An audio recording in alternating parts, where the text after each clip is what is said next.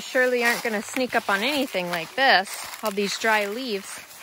We thought we'd come out and check on our second pond after all the rainfall to see if it... A pond is a loose word for this. It's a hole that once was probably a pond. They call it a pond. However, there wasn't any water in it. And it doesn't look like there's any water in it now. So this is pond number 2 that's currently dry. It looks like it really needs to be cleared out of vegetation in order to allow it to accumulate some more water, maybe before the snowfall. Let there be light. Ta-da! And out here, ta-da! We have light. We have to take down those ballasts. They're no good. But we have official wiring that is actually safe in the little garage.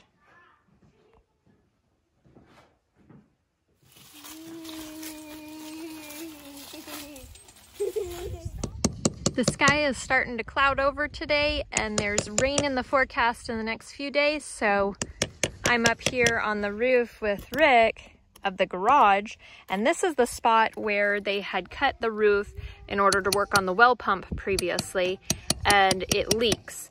And so with rain in the forecast, Rick wanted to get this roof sealed up, at least for the short term, so that we don't leak in the next few days. We intend to put a new roof on top of this, a metal roof that'll match the house, but this has to be done right now. So he's peeling off the tiles. He is going to build up this area because it's sunken low, and then he will put down the black roofing paper and re-tile over top again. And hopefully that'll keep the rain out for the next few days until we can make a run to Arkansas Lowe's and get the materials in order to do a new roof. It is all peeled back, and now we have an open view to the inside of the garage. There is literally one nail holding that piece of plywood down right there. One nail. And these aren't even in here very strong. You can hear that squeaking. These two pieces,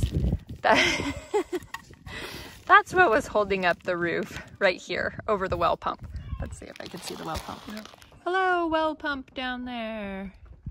So, new plywood in order for here, strengthen up this area here, and put on some more roof tiles. Well, the paper first. Try and get a seal going here. Oh, look at that. There's a hole back in there. Oh, maybe some animal's been digging in there? No, that's... They broke the OSB. Ah, it's just rotted away. Hook it back out.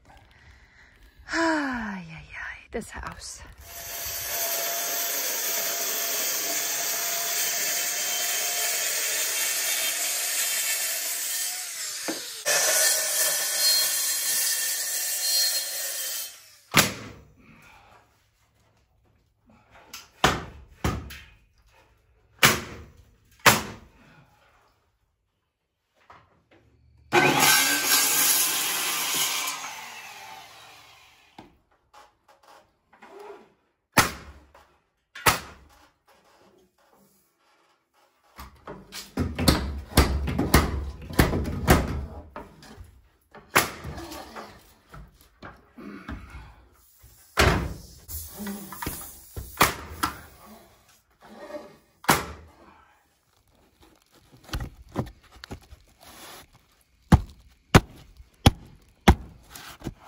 Yeah, huh? Certainly more level. Yeah, closer to flush.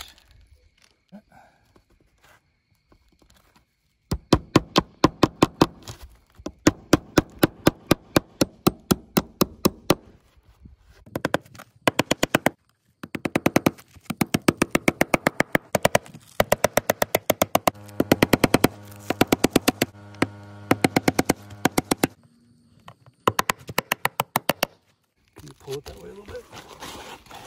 Okay.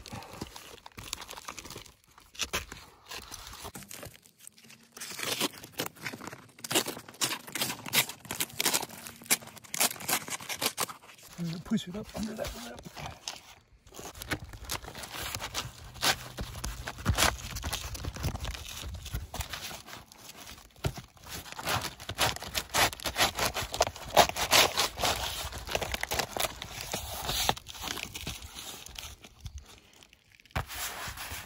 paper was not overlapped from the top going down. It was the bottom overlapping the top previously, which is part of the reason it was leaking. So it's important to get it under the top layer so the water runs off of there. It's just temporary for the night. We've obviously run out of light for the night. We just wanted to get this covered just in case it does rain tonight. And we will go ahead and finish the rest of this project in the morning. But with the plywood and the paper on there, just temporarily, it should keep any water from coming in tonight.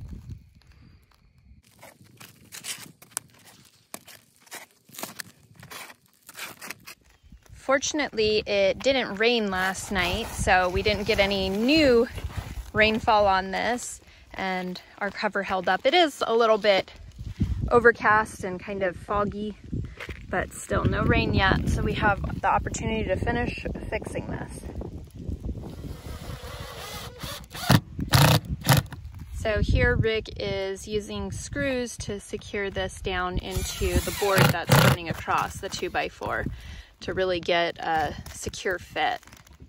We shouldn't have any issues with it coming detached and lifting up in the future, and by keeping the moisture off of it, it'll keep it from rotting, and this should hopefully give some better structure up in this area. Now we have to get the paper under the top here. We'll go a bit at a time there.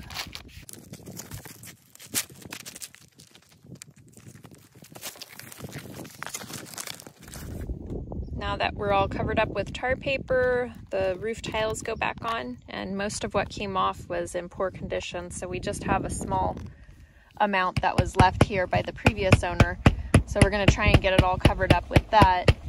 And again, this is just temporary until we can get the materials to put a whole new roof on it, which means simply we're going to cover it with a metal roof. And just like that, that segment of the roof is now built back strong, and it is waterproof. You may say, well, what's the rush? Why does it matter now? It's been like this for some time and leaking inside and raining inside. Well, for one thing, we want to stop all deterioration of this building. I mean, it's not the greatest building, but it's here and it is useful, and we don't want it to further rot or destroy. But let me go inside and show you another reason why this is important. So you see the segment up there where it was all rotted away, and we put in new supports, new wood, and then covered over top with the paper and the tiles so it won't leak. This was directly above the well pump, and that's probably because they had come through the roof in order to work on it previously. Now, why does it matter? Well, let me show you. Right here is the well, and right there you can see a small opening that goes directly into our well. So while it is leaking in here and puddling up, all the debris and dirt and grossness, whatever, can go into our well and contaminate our water down there. We definitely don't want that. So by stopping the water, we stop a lot of that, and we intend to seal this. So we've been using some penetrating oil on these bolts to try and get them to spin. We're going to lift this cap and slide in a tube around these wires in order to be able to seal this up. So all of these little steps and little things in order to make this house stand the test of time and provide a healthy environment for our family.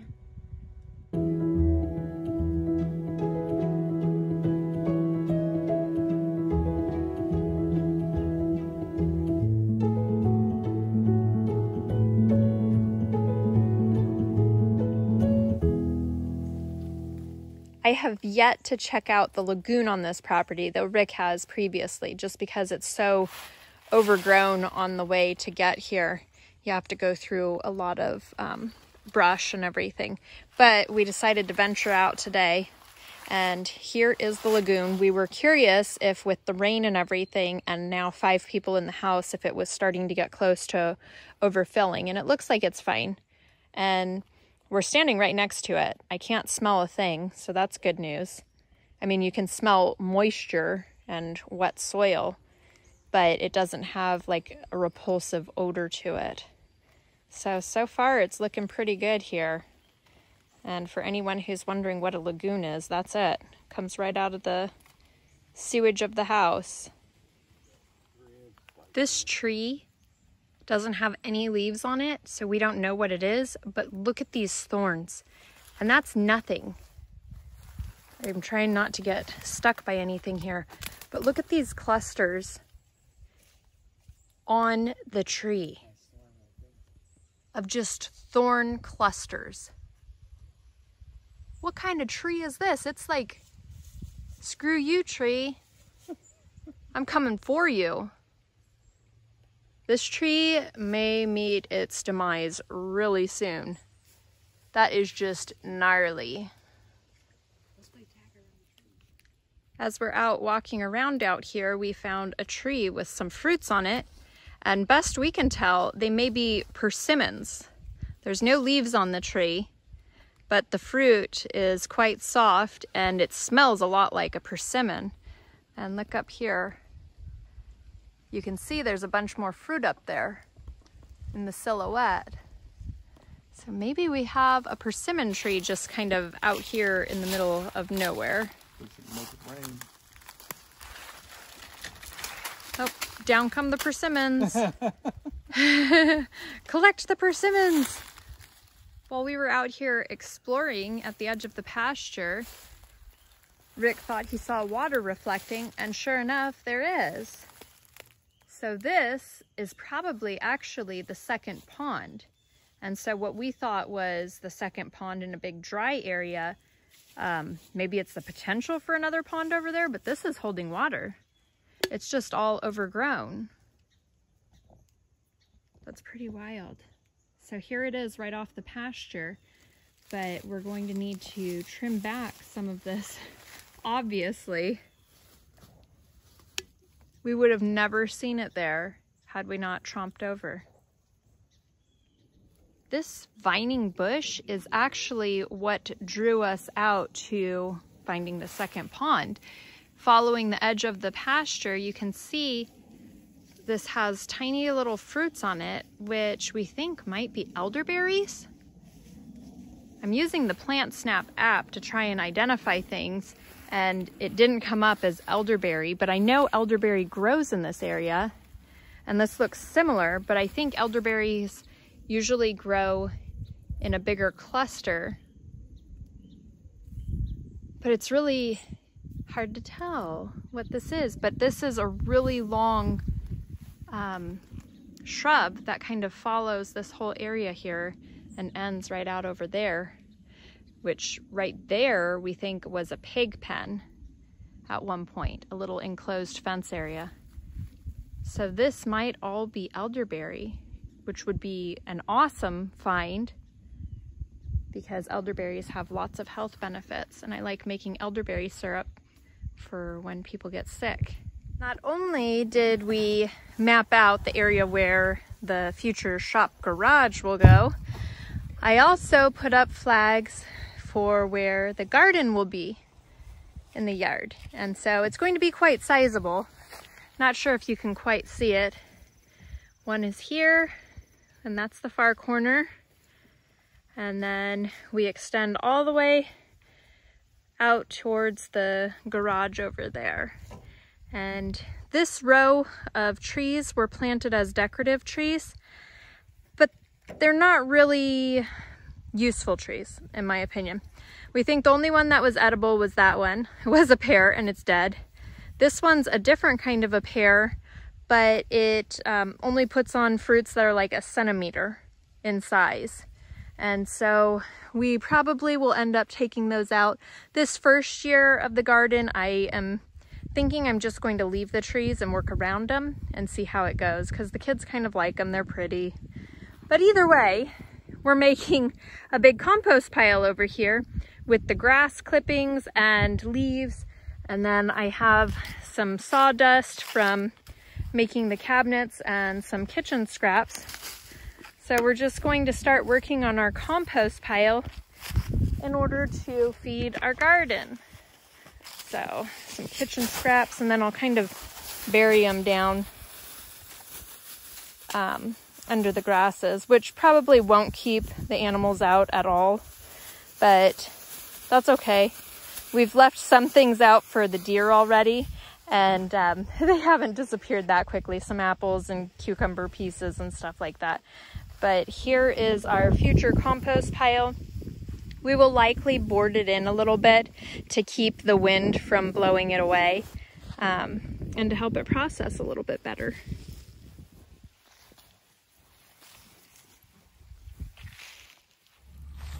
Well, we've definitely got some progress done. We have wiring to all of the outlets in the little garage, so we are now fully capable of heating the well pump should the temperatures drop to freezing. Of course, the job's not done. Is it ever done, really?